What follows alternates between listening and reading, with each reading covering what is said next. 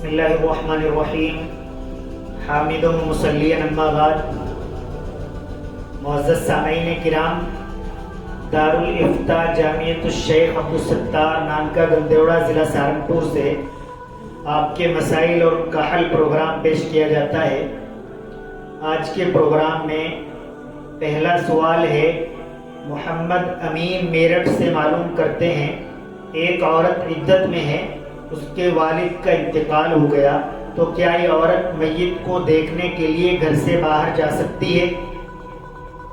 دیکھیے امین احمد صاحب، عدت کی حالت میں جو کام بہت زیادہ سخت ضروری ہیں وہی کیے جائیں گے، اور والد گرامی کی میت پر جانا سخت ضرورت میں نہیں آتا ہے. لہذا بہتر یہی ہے کہ وہ اپنے گھر ہی کے اندر عدت کے اندر مقیم رہے، اپنے والد کی زیارت کے لیے یا اپنے والد کی میت میں شرکت کے لیے باہر نہ جائے. شعبان قریشی ہروڑا سے معلوم کرتے ہیں، اگر قرات کرتے ہوئے کوئی حرف چھوٹ جائے تو کیا نماز درست ہو جائے گی یا سجدہ سہو ضروری ہوگا؟ اگر غلطی سے کوئی آیت چھوٹ جائے یا کچھ حروف چھوٹ جائیں، ان حروف کے چھوٹنے کی وجہ سے معنی میں اتنی تبدیلی نہ آئے جن کی وجہ سے معنی بالکل الٹ پلٹ ہو جائے اور معنی کچھ اور بن جائے، اور آپ نے جو 3 آیات لازمی ہیں وہ 3 آیات پڑھ لی ہوں، تو آپ کی نماز ہو جائے گی، سجدے سہو کی کوئی ضرورت نہیں ہوگی.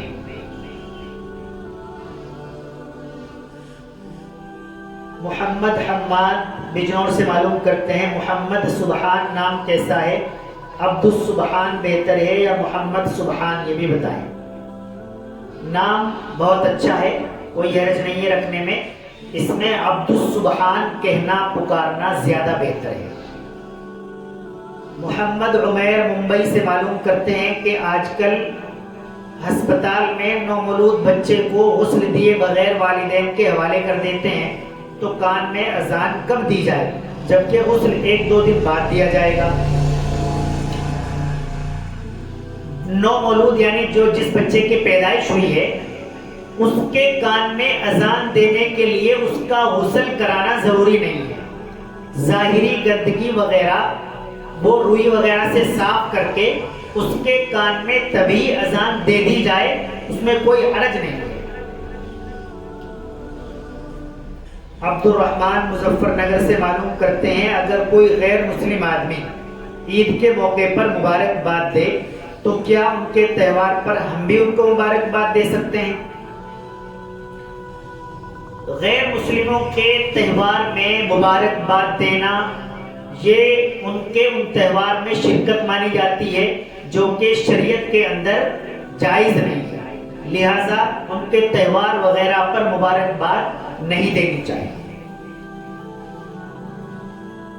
ڈاکٹر گلشیر بیڑا سندر سنگھ سے معلوم کرتے ہیں، شیئر مارکیٹ میں پیسے لگانا جائز ہے یا نہیں؟ شیئر مارکیٹ بہت بڑی مارکیٹ ہے، اس میں سے تقریباً 90% بزنس ناجائز ہے، حرام ہے. وہ اس طرح کا بزنس جائز نہیں ہے. 10% کاروبار ہے جو جائز ہے. صحیح جانکار لوگوں سے اس کی معلومات کر کے ان کمپنیوں میں پیسہ لگایا جا سکتا ہے جو شراب کا کاروبار نہیں کرتی، جو مستقل طور پر سود کا کاروبار نہیں کرتی، اور اس میں کچھ اور چیزیں بھی ہیں جو جانکار لوگ زیادہ جانتے ہیں. فیوچر جو ہوتا ہے وہ جائز نہیں ہے، اس کے علاوہ اس کے اپوزٹ کوئی دوسری چیز ہے وہ جائز ہے. تو یہ جانکار آدمی سے سمجھ کر اس کے بعد کرنا چاہیے، بغیر سمجھے اس میں الجھنے والی بات ہے. حافظ محمد سعدان ہروڑا سے معلوم کرتے ہیں، اگر کوئی شخص آئے اور اس کے لیے کھڑے ہو جائیں اور کھڑے ہو کر سلام کریں تو کیا یہ جائز ہے؟ جیسے کہ اپنے استاد محتمیم صاحب آئیں، انہیں کھڑے ہو کر سلام کرنا، کیا اس میں کوئی حرج ہے؟ اس معاملے میں محدثین نے دونوں طرح کی باتیں لکھی. اس میں 4 چیزیں لکھی ہیں. ایک ممنوع، دوسرے مکروہ، تیسرے جائز اور چوتھے مستحسن. ایک آدمی تو ایسا ہے کہ وہ اس کے دل میں تکبر ہے، بڑائی ہے کہ میں آتا ہوں تو یہ کھڑے ہونے چاہیے، پھر یہ مکروہ ہے، نہیں کھڑا ہونا چاہیے. ایک دوسرا آدمی وہ ہے، وہ آیا اور جو بیٹھا ہوا ہے اسے یہ اندیشہ ہے کہ اگر میں نہ کھڑا ہوں تو مجھے کچھ نقصان ہو سکتا ہے. بظاہر تو وہ آتے ہی اسے کچھ نہ کہے، لیکن اگلی بار جب اس سے کوئی کام پڑے تو اس میں وہ رکاوٹ بن جائے. لہذا یہ بھی مکروہ کہا گیا ہے، اس کو بھی ناپسند قرار دیا گیا ہے. ایک یہ ہے کہ ایک آدمی آیا، اس کے دل کے اندر کوئی بڑائی نہیں ہے، نہ وہ چاہتا ہے کہ میرے لیے کھڑا ہوا جائے، بس آدمی اکرام میں ایسے ہی کھڑا ہو گیا، مصافحہ کر لیا، معانقہ کر لیا، تو یہ جائز ہے. چوتھا نمبر ہے مستحسن کا، یعنی وہ بہتر ہے. آدمی دور سے آیا ہے، 6 مہینے 8 مہینے سال بھر بعد آیا ہے، تو آدمی ایک دم کھڑا ہو کر اس سے ملے، یہ اچھی بات ہے. کسی کے ساتھ کوئی اچھا ہوا ہے، اسے مبارکباد پیش کرنی ہے، اسے فوراً کھڑا ہو کر ملے. کوئی آدمی مشکل میں آیا ہے، اسے فوراً کھڑا ہو کر اس کا حوصلہ ہمت بڑھائے. اس میں مستحسن قرار دیا گیا ہے، یہ اچھا ہے. بس اس سے یہ معلوم ہوا کہ جو والدین ہوتے ہیں، استاد ہوتے ہیں، معتمم ہوتا ہے، یا ہمارے علاقے کا کوئی ذمہ دار ہوتا ہے، تو اس کے لیے بہتر ہے کہ ہم اس کے اکرام میں کھڑے ہو جائیں، کوئی حرج نہیں.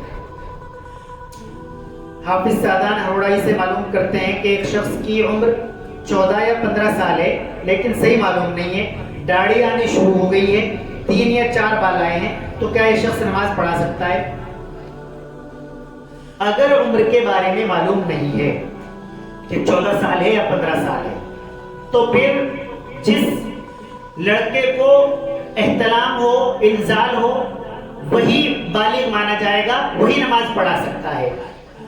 اس کے علاوہ اگر عمر معلوم نہیں ہے اور اس کو احتلام نہیں ہوتا ہے تو پھر وہ بالغ نہیں مانا جائے گا، وہ نماز نہیں پڑھا سکتا ہے.